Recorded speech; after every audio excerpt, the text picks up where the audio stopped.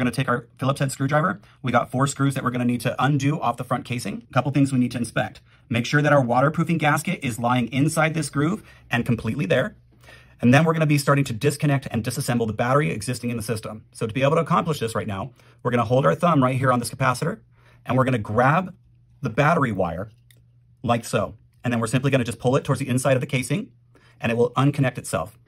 Once we disconnect the battery from the casing, we now need to remove the battery from the inside of the top casing. This can be simply done just by prying the battery out, like that. You can use a flathead screwdriver, just be careful when prying. And then we're going to go ahead and clean the old glue off the case. Now that we've cleaned the foam out of the top part of the casing, we need to make sure that we orientate the new battery the same orientation as the old battery. So make sure that when we remove the battery, we take note of what direction it was facing.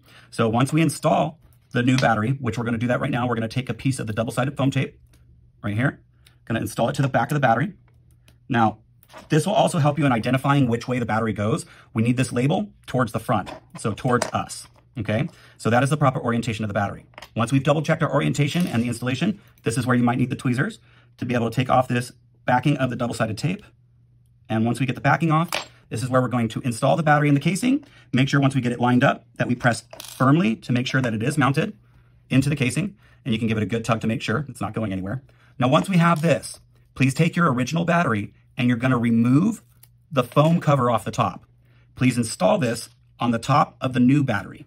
This is the buffer between the battery and the circuit board.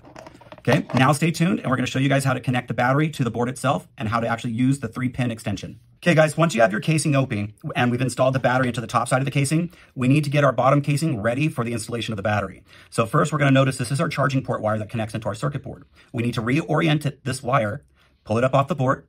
We're going to give it a little bit of a pinch right there, and then we're going to seat it down between this. Once we've seated this down, go ahead and use your thumb to kind of push it into place. Once you have it shaped like this, we're ready to go on the rest of the installation. Right now, what we're going to do is we're going to install the 3-pin connector on to the new battery that we've installed inside the casing. To do this easily, we're just going to go ahead and match up the grooves. You guys will notice that there is a slot on the back side and there's a slot on the front side. There's a little clip on the back side right there that this is going to seat into. So once we clipped it in, you guys will notice there's a little white spot inside this tan clip. If I unconnect it, you guys go ahead and see that gap right there in that hole. And once we seated it correctly, you can't see the gap anymore. So please make sure that's the right way to install the battery. Now, we're going to go ahead and install the battery onto the board itself. When we do this, again, pay attention. There are grooves on the clip inside, and then there are grooves right here on the outside. There's a little bump on this clip. Make sure the bump on the clip is facing towards the outside of the casing. Once we go ahead and clip it in, you'll go ahead and need to feel it, and you'll feel it click in. Once it clicks in, go ahead and give it a slight tug. You'll notice that it's not coming away from the system itself. Once we do that, we now need to situate our 3-pin connector down properly into the right position. The best position for this is going to be right here. So we're going to go ahead and tuck this down like that. Okay. Once we get that situated, going to go about halfway upward to where the casing is right here. And we're going to go ahead and fold this wire. Once we fold this wire, you're going to give it a little bit of a pinch, okay, to where we situate it just like that. Now that we have that situated, we're going to go ahead and grab the backside of the casing, line it up, and then sit it down.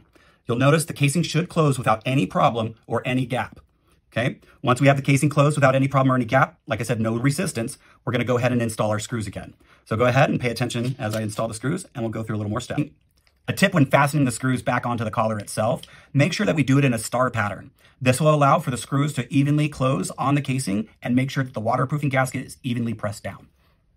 Once we're done installing this, we're going to take a close inspection and just make sure that we're not pinching anything, that we're totally closed up, and that looks great, guys. So what we're going to do now is we're going to go ahead and test our collar with our 280C remote. Make sure we did it right. First thing that we're going to want to do is go ahead and hit that vibrate button. If it vibrates, you're good to go. Also, good indicator is that we're getting a blinking green LED once every 4 seconds. Okay, guys, a common mistake upon installing the batteries is not holding the wires through each step of this process. So again, the first thing that we need to do when we're doing this and we're situating our pin or our extension, we need to put it in the proper place. While holding it with our thumb here, we're going to make sure we grab these wires and we're going to give it a good pinch. If we don't give it a good pinch and create a crease, we aren't going to actually set the casing in the proper direction that we need to. Once we set the casing in the proper direction, we're going to go ahead and line up the back. Now, again, like I said, we need to make sure we're pressing our thumb on each step of this process. Once we lined up the wires like this, set the top of the casing in and go ahead and press down. As you guys can see, it fit really well. If we didn't do it right and we just kind of just push it in, it's going to be springy. I can't actually push the casing closed. This is how we pinch a wire. And if we pinch a wire, there are 2 symptoms that generally will happen. Either we'll get a solid green LED on the front of the unit indicating that just it's wrong, or it will be stuck in a vibration mode, which will actually indicate that there's damage to the board. So again, right now, we're going to finish the installation correctly, and we're going to go ahead and screw this together, and then we're going to test it to be able to show you guys exactly operation.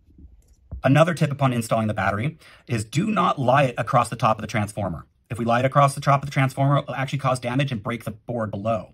Also, on that note, please be careful when removing the clips from the battery or from the actual board itself. If you guys pull too hard or in the wrong direction, we will actually pull the clip off the circuit board itself, and it will need to come in for service at that point. If any of these issues happen upon the installation of the battery, whether the LED is stuck in green, stuck in vibrate, or just no power in general, the unit will need to be sent in for diagnosis and inspection.